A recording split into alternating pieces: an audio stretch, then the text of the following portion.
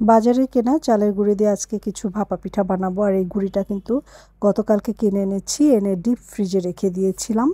এতে করে গুঁড়িটা একদম ভালো আছে। আর গুঁড়িটার মধ্যে এখন আমি অল্প করে পানি মিশিয়ে একদম ভিজিয়ে নিচ্ছি গুঁড়াটা। দেখতেই পাচ্ছেন অল্প অল্প করে পানি দিচ্ছি আর হাত দিয়ে ভেঙে ভেঙে নিচ্ছি। এতে করে চালের গুঁড়াটা এরকম হয়ে যাবে, একটু ভিজা ভিজা। তারপরে এটাকে আবার চেলে নিতে হবে।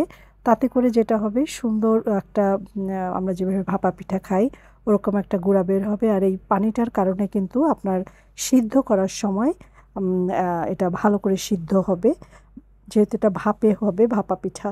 তো হয়ে গেল আমার, এই যে দেখতেই পাচ্ছেন ভাপা পিঠার গুঁড়িটা তৈরি করা। তো আমার যেহেতু তেমন কোনো কাপ ছিল না, তাই আমি এরকম 100 গ্রামের যেই মেজারমেন্ট কাপ এটার মধ্যে প্রথমে অর্ধেকটা চালের গুঁড়া দিয়েছি, তারপরে গুড়, তারপরে নারকেলের কুচা, এবং এরপর একটু একটু বড় সাইজের টুকরো টুকরো কয়েক টুকরা নারকেল দিলাম, একটু গুঁড়া দুধ দিয়ে দিলাম, তারপরে কয়েক টুকরো বাদাম দিয়ে দিলাম, এবং লাস্টে একটা কিশমিশ দিয়ে দিলাম। মানে যতটা বেশি মজা করে ফ্যামিলির লোকজনের জন্য তৈরি করা যায়। আবার উপর থেকে একটু চালের গুঁড়া দিয়ে একটু হাত দিয়ে হালকা চাপ দিয়েছি। এখানে মনে রাখতে হবে, জোরে চাপাচাপি করলে কিন্তু আপনি যখন ভাপে দিবেন ভিতরে একদম শক্ত হয়ে এঁটে যাবে, আর ভালো করে কিন্তু সিদ্ধ হবে না। তারপরে একটা কাপড়ের মধ্যে এভাবে টাক দিলেই দেখেন বের হয়ে আসলো একটা সুন্দর পিঠা। এবার এটাকে আমি সিদ্ধ করতে দিব। চুলার মধ্যে একটা কলস বসিয়ে কলসের উপর একটা কাপড় দিয়ে তার মধ্যে কিন্তু আমি একটা স্ট্রেনারের মধ্যে বসিয়ে এটা একটা ঢাকা দিয়ে ঢেকে দিলাম। পাশের চুলোয় আর একটু তাড়াতাড়ি করার জন্য, মানে 2 চুলায় কিছু পিঠা বানালাম। তো একটা বড় ঝুড়ির মধ্যে একটা কাপড় দিয়ে এভাবে একবারে 4টা পিঠা বসিয়ে দিয়েছি।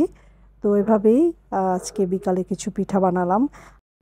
আর আমার ছোট ভাইয়ের বউ যখন দেখলো আমার পিঠা বানানোর তেমন কোনো ছাঁচ নাই, সে চট করে আমাকে একটা সুন্দর এই যে নারকেলের খোলার একটা ছাঁচ দিল। আর এই ছাঁচটা সে বরিশাল থেকে, মানে তার বাবার বাড়ি থেকে এনেছে। অনেক কিউট ছিল এটা, এবং আমি সঙ্গে সঙ্গে কিছু পিঠা বানিয়ে ফেললাম। তো দেখতেই পাচ্ছেন পিঠাগুলো, কিন্তু এটারও পিঠাগুলো অনেক সুন্দর হয়েছে। আর বাসায় যেহেতু পিঠা বানাই একটু বেশি করে গুড়, নারকেল, বাদাম, কিশমিশ, গুঁড়া দুধ এগুলো দিয়ে বানালে যা মজা হয় না পিঠাটা। তো আপনারা সবাই হয়তো পিঠা বানানোর প্রসেসটা খেয়াল করলেন। আশা করি ভিডিওটি ভালো লেগেছে। আর শীতের দিনে নিজের হাতে এরকম পিঠা বানিয়ে সকালে চায়ের সাথে, সন্ধ্যায় চায়ের সাথে, বিকালে সবাইকে নিয়ে খেতে এর মজাটাই আলাদা। আজকে বিদায় নিচ্ছি। ভিডিওটি ভালো লাগলে লাইক, শেয়ার, কমেন্টস করবেন। Good bye.